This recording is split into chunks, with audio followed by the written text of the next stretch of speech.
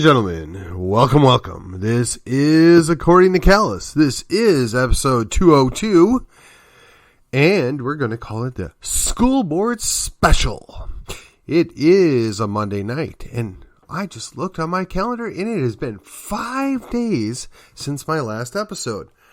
Not really quite sure what happened, other than to say that I had life going on, and I was enjoying it. So I had a program I went to in Fort Worth. I will probably recap some of that in the next couple of days. Then I had a follow-up program that I hosted in McKinney on Thursday. And then Friday, just had a special daddy-daughter night. And, Saturday and Sunday I usually take off. And then, well, lo and behold, it's Monday night. I'm home a little later than I expected, but still enough time to bust out an episode. I got to tell you, I was able to get done with the committee work I was working on. That we'll have our report ready here in a day or two. Special hat tip to Jennifer out there. But on with the show we go. All right. So for those of you who don't know, I live in McKinney, Texas. McKinney, we have 7 school districts in the city, but the primary one is McKinney Independent School District. And the MISD has their school board meetings once a month. And my friend got himself elected on the school board. And I might have helped him just a little bit.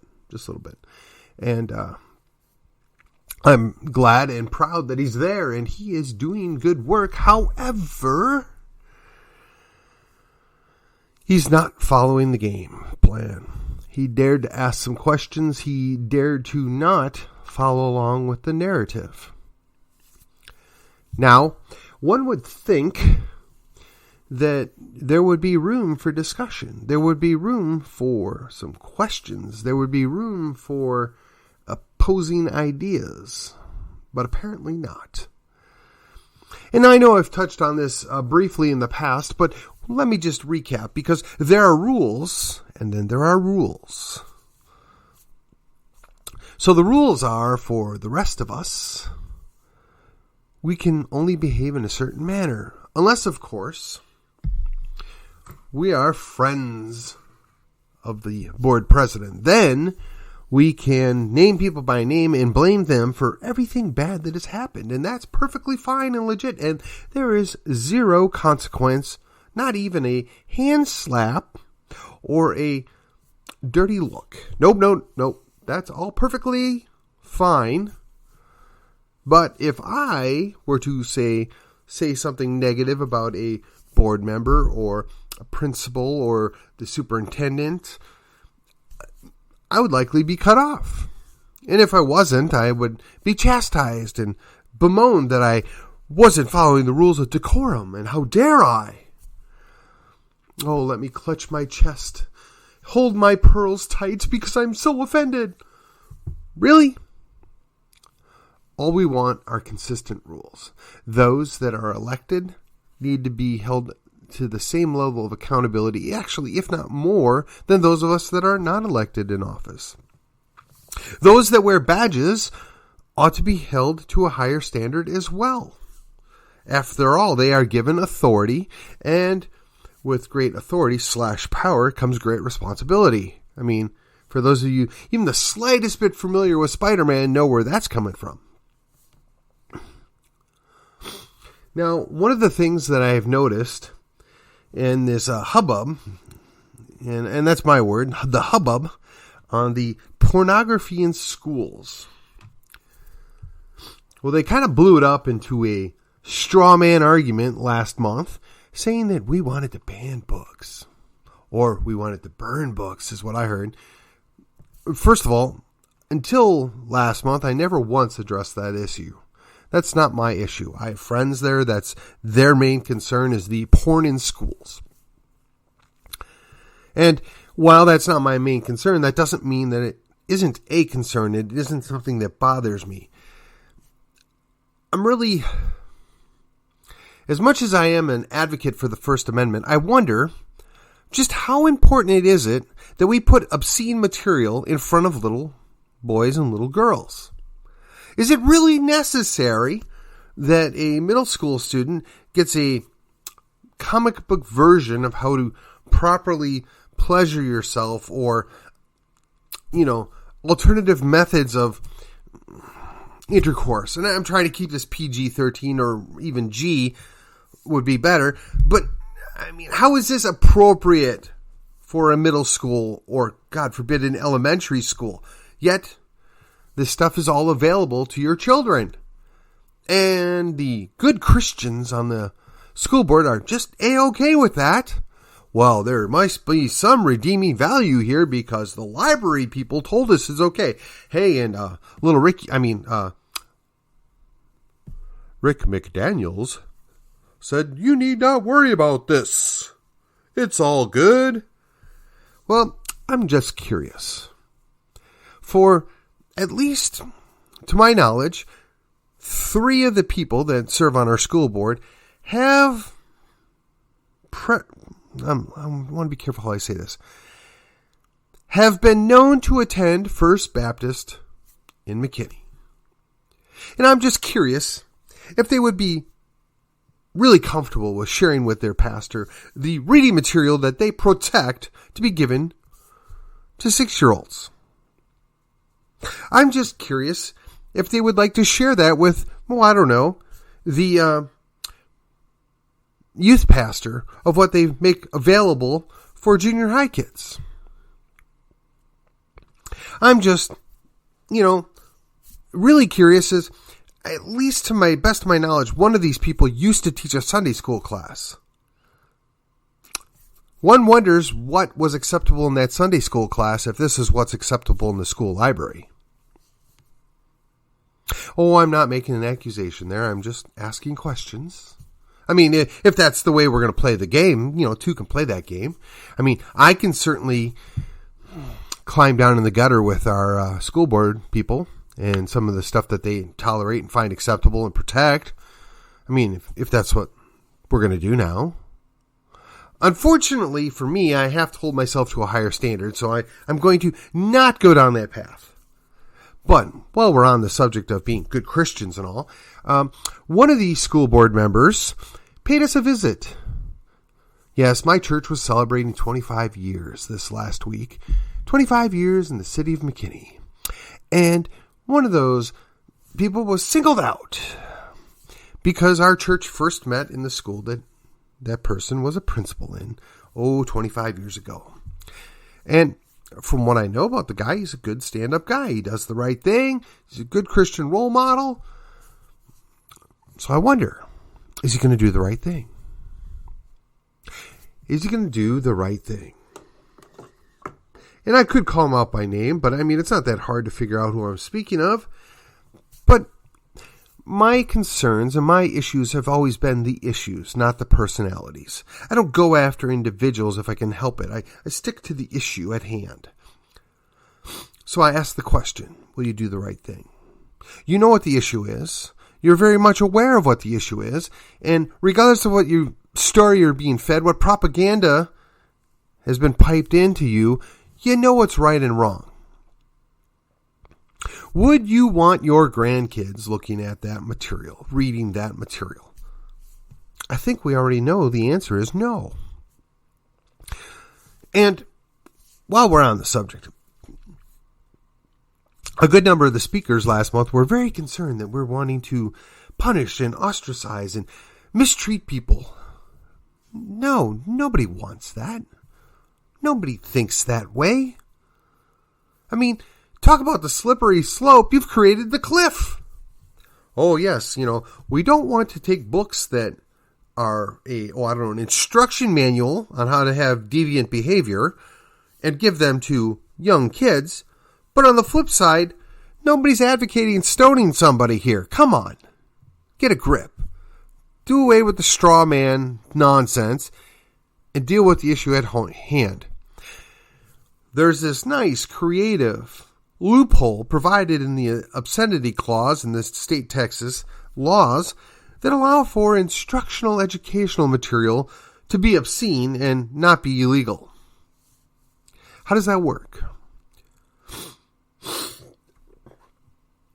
I'm told that there is an opt-out feature. I'm told that the parents can actually control what books can be checked out. But here's the problem. I'm going to guess 75% of the parents have no idea, number one, that these books even exist, number two, that they're in the school library, or number three, that they can prevent their kid from checking it out.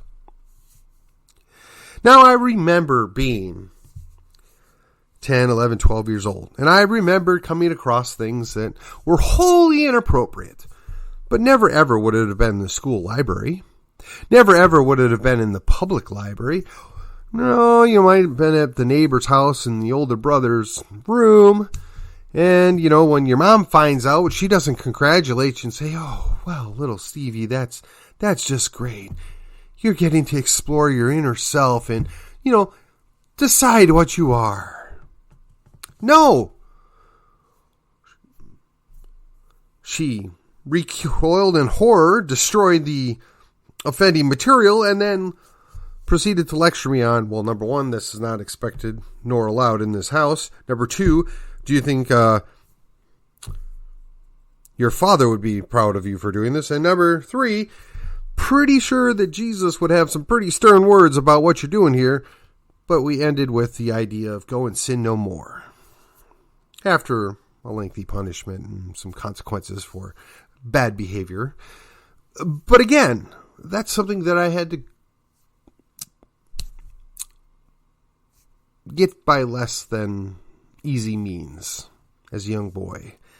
And, for those of you that, want to poo-poo it and say it's no big deal, there's a whole lot of psychologists, psychiatrists, theologians, and oodles of people that would tell you otherwise. Those materials, whether they're graphic pictures or a comic book instruction manual, can mess up a child's mind for life. It may take years to recover or build back your brain, if you will, after exposure to that kind of stuff. But is that what we really want? Is that what the good Christian way is? And I would suggest you, no, it is not. I would suggest to you that if you're going to call yourself a Christian, if you're going to live and espouse Christian values, you need to actually do that in the role that you do as an elected official. Now, I know, we have the First Amendment. You're absolutely right. But the First Amendment does not protect obscenities or obscene material. And this is clearly obscene material, and it certainly shouldn't be given to minors. Now, I know, you might have an argument for somebody that's north of 16 years old. I get it. And you know what? That's a separate discussion altogether. But there's no way that anybody convinced me that an 8-year-old is benefited by looking at this stuff or reading this stuff. Give me a break.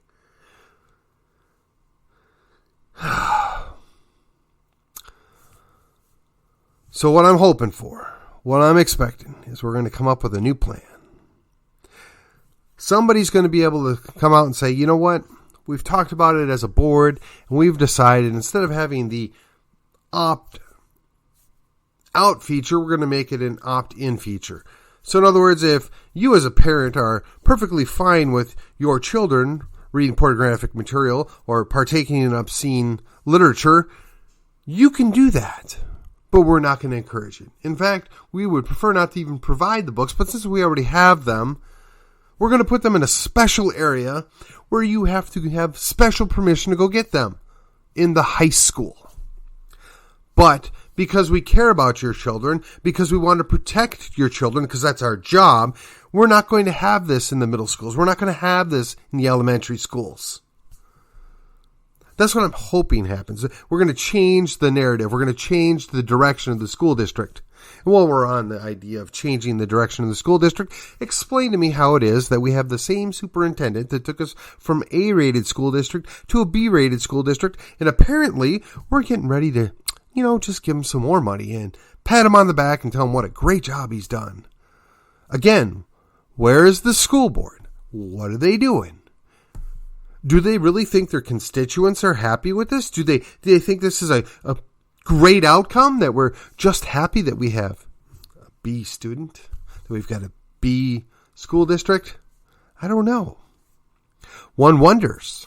Now, I know we've got a whole lot of transient people and transplants from California, and I imagine they're just happy that they have a school, I don't know, that's not run by gangs or not overrun by drugs. Oh, wait a minute.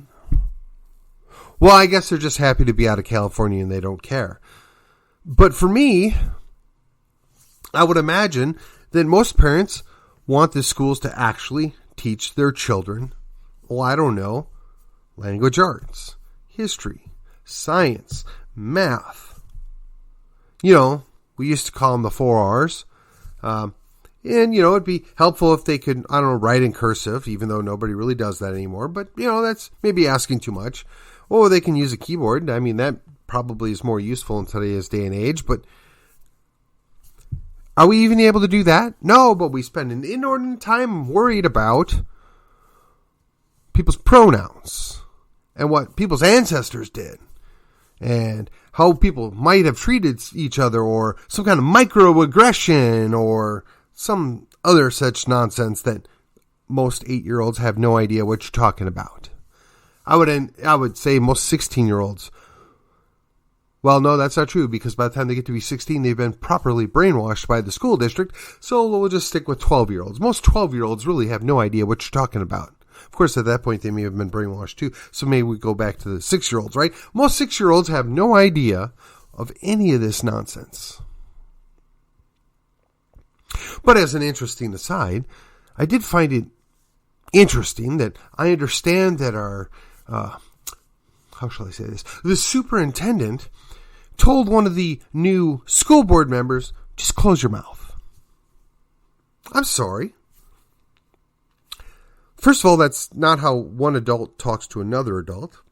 Second of all, last time I looked, the superintendent actually worked for the school board, and if he should be ordering around a school board member as if they were a high school student, that's kind of a problem. Maybe shows a little bit of lack of respect, lack of decorum. Perhaps he checked his doctor title at the door and just decided to act like a punk. I don't know. I don't know what happened there. I didn't hear it. I heard about it secondhand, so no names will be spoken as to who the person was that was potentially offended, but it is kind of curious that that was tolerated, that that's excused, that that's overlooked.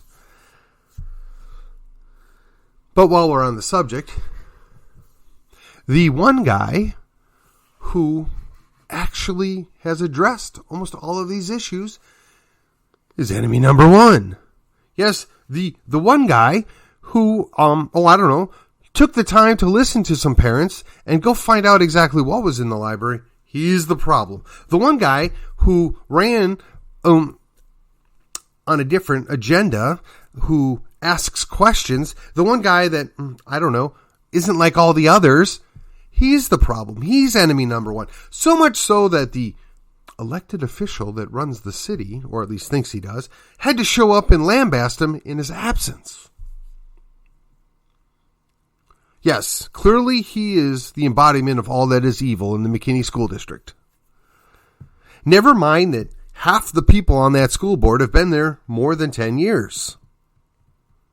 Never mind that those same people have oversaw the decline of the school district with no repercussions, no embarrassment. Yet they're going to reward the people that do the mediocre job. With what we're paying in taxes, we should be getting better than mediocre. And now, after all of this, it's come to my attention that tomorrow, of all the things we could be dealing with in the McKinney ISD school board meetings, we're going to have to talk about whether or not they should censure another member of the school board because, I don't know, he looked at somebody wrong. I don't know. I fail to see the wisdom in this. I don't understand how this is a priority. They've had 9 months to address a single issue, and they still don't have a resolution to it. They still don't have it solved. I mean, I would be happy with any number of potential resolutions. For myself, I think everybody's trying to be very reasonable and polite, but when you refuse to meet with your constituents, when you refuse to address the problem, when you refuse to, take people seriously, that leads itself to a real problematic situation. So what do? Well, it just so happens that there will be another election. Now, unfortunately, we're going to have to wait a whole nother year. But I'm thinking some people need to retire. They need to be put to pasture. Sent to the dustpan of history. Yes, y'all have done enough on that school board. We thank you for your service. Now go back home and leave the school district to somebody that actually cares. That would be my suggestion. Of course, what'll happen, we'll just need to wait and see. And quite frankly, it's a little too early to get that busy about this. But just remember, we're watching. We know who you are. We know your names. And you know what? It's not that hard to figure out where you live. It's not that hard to, make your life challenging. I mean, that's what you seem to be wanting to do with your students, right? I mean, you're so concerned about the past and, reparations and concerns that you're masking the whole concept of the race Marxism under the idea that, well, we don't teach CRT. No, but you model it and you practice it. But the reality is you're treating our children like they're the slaves. You mask them up. You make them follow specific rules. You make them follow a specific clock. And you punish them for speaking out of turn. You punish them for speaking when they're in a quiet time. And, whatever other sundry rules that you've come up with in the school to maintain discipline. Because discipline before all, But Johnny can't read. Mary can't write. But hey, they know what that bell means. But so did Pavlov's dog. I'm sorry, we can do better. We need to do better. And that's what's coming down the pike. We can do better. With that, this is the School Board Special, or episode 202 of According to Callus, and I will see you on the other side.